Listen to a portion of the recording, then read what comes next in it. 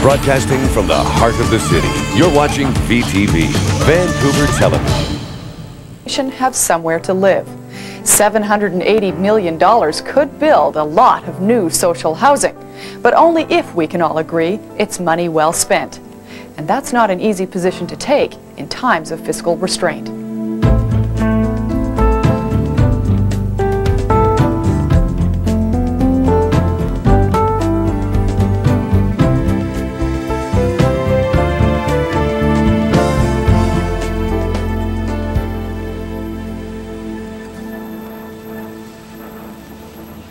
Social housing. What does the term mean to you?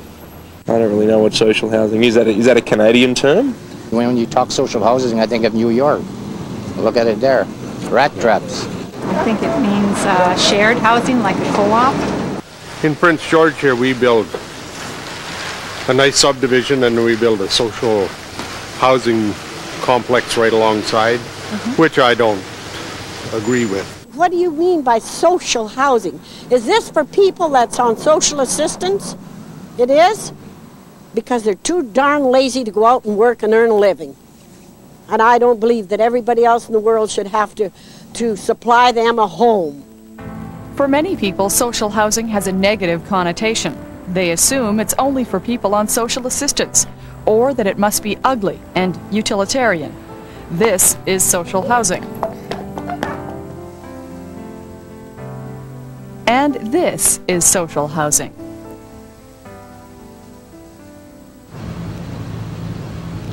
In fact, it's hard to tell social housing from other types of housing these days, or for that matter, who lives in social housing and who does not. This is social housing. It sits right across the street from some of the priciest condos in Vancouver, yet to the passerby, this building fits right in. Still, it's true that social housing used to be more, well, visible. 40 or 50 years ago, it was known as public housing, and their buildings were considered, rightly or wrongly, to be eyesores. Those early developments sometimes isolated people. Tenants had little chance to form their own community or to blend into their town or city. It was then that public housing got a bad name. The first government intervention into affordable housing in the 50s and 60s, both in the United States and Canada, was targeted at the lowest of the low income. And in fact, they were very, very clear on that.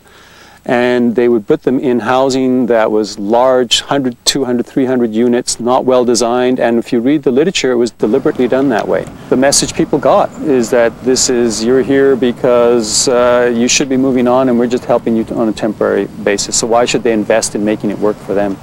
Over the years, housing programs became more community-based.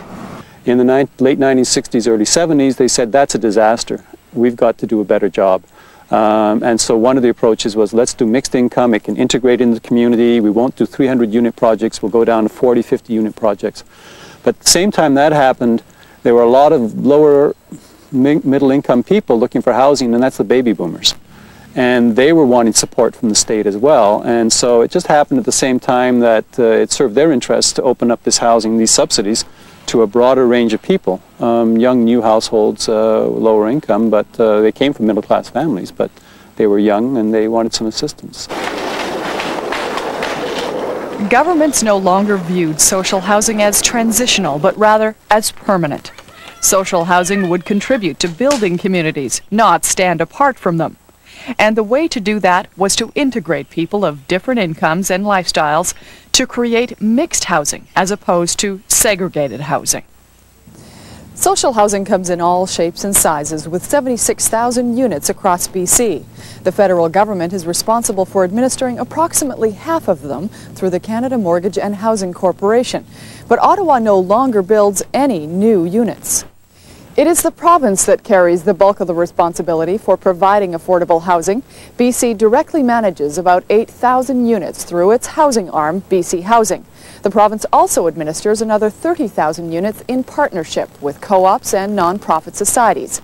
Plus, BC Housing hands out over 13,000 rental supplements each year to people living in private rental accommodation.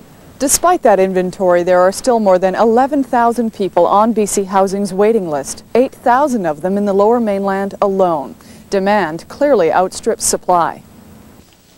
Jill, I just thought I'd like to come out here and see how the garden is doing. Until recently, the main beneficiaries of social housing were families and seniors. Seniors like it because it allows them to remain independent and stay in their communities, close to their children, their friends, or their support groups. Seniors like 76-year-old Dorothea Baker. In 1988, Dorothea was living in a downtown high-rise, facing retirement. When I retired 10 years ago, I knew that eventually I was going to have problems to pay full rent.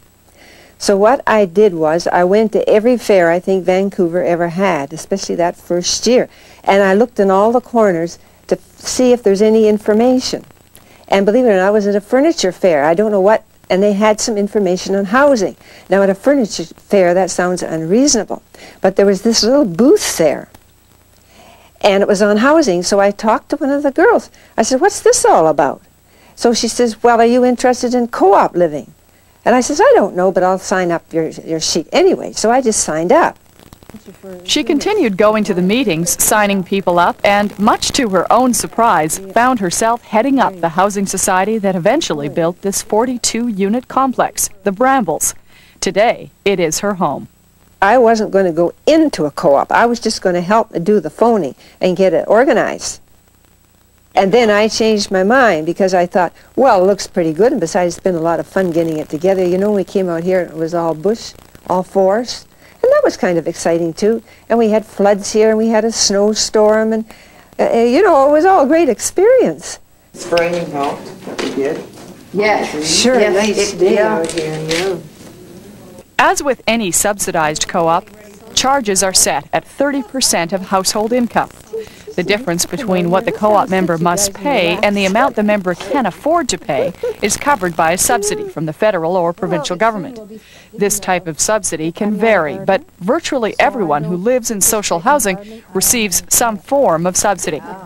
Dorothea is no exception, but she gets more than a financial break living at the Brambles. She is part of a community that she feels is dynamic and caring. I tell you, if anything goes wrong with you, you've got the whole co-op coming to your aid. That's what's so great about in here. Even if you have words with someone, they forget all about that, and if you need help, they're right at your back door, you know. I'm coming around here to join this while this coffee group is bigger than ever. People living in subsidized co-ops and non-profits are not the only ones receiving assistance. BC Housing also subsidizes the rents of low to moderate income seniors living in the private market. These are seniors who can't afford the rent paid to private landlords. The program is called SAFER, Shelter Aid for Elderly Renters Program, and it assists over 12,000 seniors a month. Wendy Carter lives in a small but comfortable apartment in North Vancouver. She grew up in the area, not far from this very spot. Not yet 65, her only source of income is a disability pension and a subsidy of approximately $300 a month from SAFER. Before SAFER, I thought, well, I think I'm going to have to give up my TV because, or, you know, maybe cable or whatever. I'm going to have to cut down and cut out magazine subscriptions and all sorts of things. And so that's another reason. Oh, my niece said, "Oh, keep your television. That's your only entertainment." And so I did. And you know, this is like I say, but SAFER. That $300. I always hope it won't drop below $300, but that's made all the difference. It really has. Wendy's monthly SAFER supplement allows her to stay in a safe and familiar neighborhood, close to her friends and her memories. BC Housing also administers rent subsidies through SILP, or the Supported Independent Living Program, on behalf of the Ministry of Health. This program allows people with persistent and severe mental illness to live independently in their communities in affordable, self-contained private housing. BC Housing administered over 1,100 SILP subsidies in 1998. That number is expected to increase to 2,500 over the next 7 years. In their lifetime, renters may be paid, 3 to 8 times more than a house owner. A very important aspect of BC Housing's work is their strong advocacy role in promoting affordable housing. It's a position they share with other agencies in the field. What are the real community dynamics here? Is it good to have renters? You know, is it good to have a mix? What would be our ideal? Facilitating project development, interim financing for construction, even mortgage financing. The idea is to spread what little money there is around, getting social housing established by using public and private funding the most efficient way possible. One time, the government would do it for people. You know, the government is going to do this for the people. They're going to provide housing. And that actually started to change in the 70s when the government withdrew from delivering the housing themselves and said, we're going to start dealing with co-ops and nonprofits and community-based organizations. We're now working with community groups, church groups, municipalities in delivering more units and sort of trying to take the government dollars and stretch them further. Where the landlords are the only ones who seem to be gaining anything. Advocacy, rent supplements, new construction. There are many ways BC Housing fulfills its mandate. But despite all the work, there still seems to be a stigma associated with social housing. People are leery about having social housing in their neighborhood. They're afraid of crime, afraid it will lower property values or make it difficult to park. And then there's the perception that taxpayers are subsidizing luxurious lifestyles. Expensive-looking buildings scare taxpayers. They see dollars, not homes. Some would prefer to subsidize people through rent supplements and shelter allowances because they think it must be cheaper. In fact, a recent study conducted by ECOS Research in Ottawa suggests otherwise. What the ECOS study did was it addressed in an empirical way, looking at real numbers, a debate which has been going on in this country for 20 or 30 years, and which has gone on in the States for that amount of time. And it's, do you give people money in their hand and let them go into the market and find their own shelter within certain limits, or do you build housing for them? Of course, the real answer is you do both, because some people have short-term problems and some people have long-term problems. Some markets have long-term problems and some have short-term problems. The research team studied 20 pairs of buildings in BC, half of them non-profit and half private accommodation with rent supplements. Rents and prices were compared over a period of 20 years. The study found that while housing run by non-profit societies may be more expensive to begin with, social housing actually becomes more cost-effective within 5 to 10 years. In other words, in the long term, it costs taxpayers less to build new housing than it does to subsidize tenants living in the private market. In addition, and the study didn't look at this, you're left with an asset base at the end. Non-profit housing is built to last at least 60 years. You're sitting in an asset which, when the mortgage is paid out in 35 years, you can refinance. And we already see that happening in the system.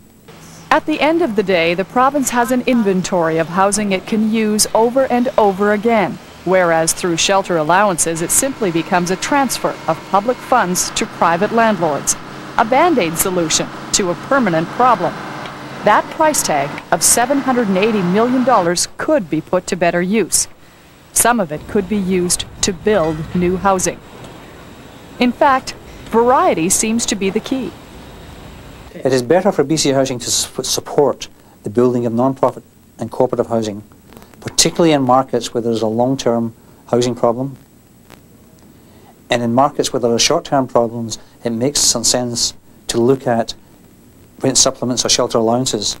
We try to prove that lack of equity isn't necessarily a character flaw, you know. Because you just don't have that equity, it means that you're, you know, oh, there's a renter down the hall. Well, I mean, most people who bought were renters at once too. Whether it's through advocacy, rent supplements, or building programs, social housing allows thousands of British Columbians to live with dignity and purpose. And good news from the taxpayer's point of view, all that work accounts for less than 1% of the annual provincial budget.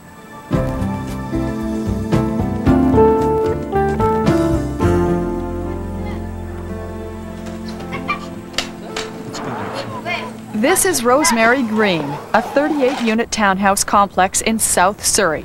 75% of these homes are occupied by single-parent families. Building a housing complex primarily for single moms was a hard sell. Community opposition killed the first two potential locations, and this one materialized only because its supporters got the community on side. At their third request, Surrey City Council passed the motion for rezoning. 3 times by brothers. And then she finally settles for the one that's... The complex opened in 19...